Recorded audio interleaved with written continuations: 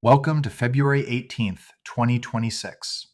The Singularity is now self-employed.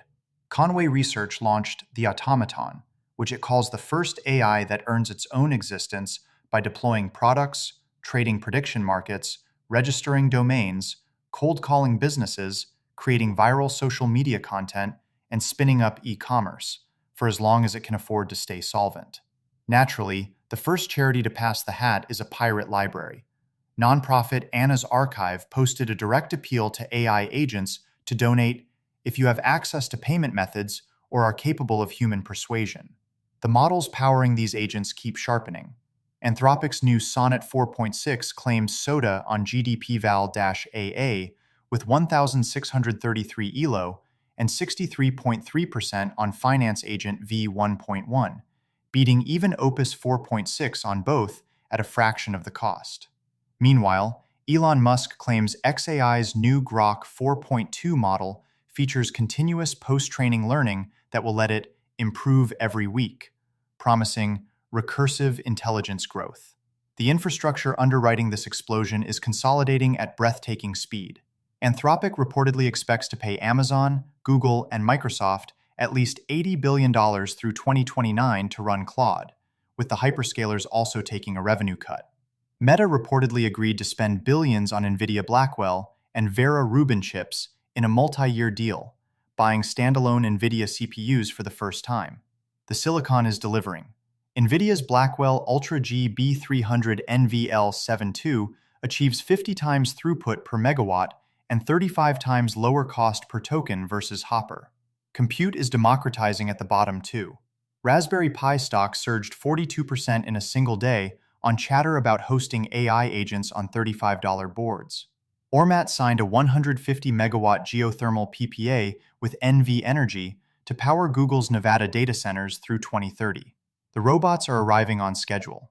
Tesla has manufactured its first Cybercab robotaxi at Giga Texas, and Elon confirms they will be available for direct consumer purchase by year-end for $30,000. Unitree's CEO jogged through a swarm of his humanoids to demonstrate their safety and reliability. Meanwhile, Waymo clarified that its foreign, remote assistance team members merely provide advice to the vehicle's onboard AI rather than remotely driving American cars. The interface between human and machine is tightening at both ends. Apple is reportedly accelerating 3 AI vision wearables: smart glasses, a pendant that can be pinned to a shirt or worn as a necklace, and AirPods with camera capabilities, all built around a Siri that relies on visual context to carry out actions. China's government is backing Shanghai-based NeuroXess in its move to human BCI trials, intensifying the global race with Neuralink. Researchers engineered the first beating 3D heart-on-a-chip from living cardiac tissue with ultra-soft embedded microsensors measuring contraction strength in real time. A new study identifying particulate air pollution as a direct contributor to Alzheimer's risk opens a concrete path toward prevention. And Phase 2A trials show a single DMT dose with psychotherapy produces rapid depression reduction sustained up to 3 months. The creative and professional stacks are fusing with the machine.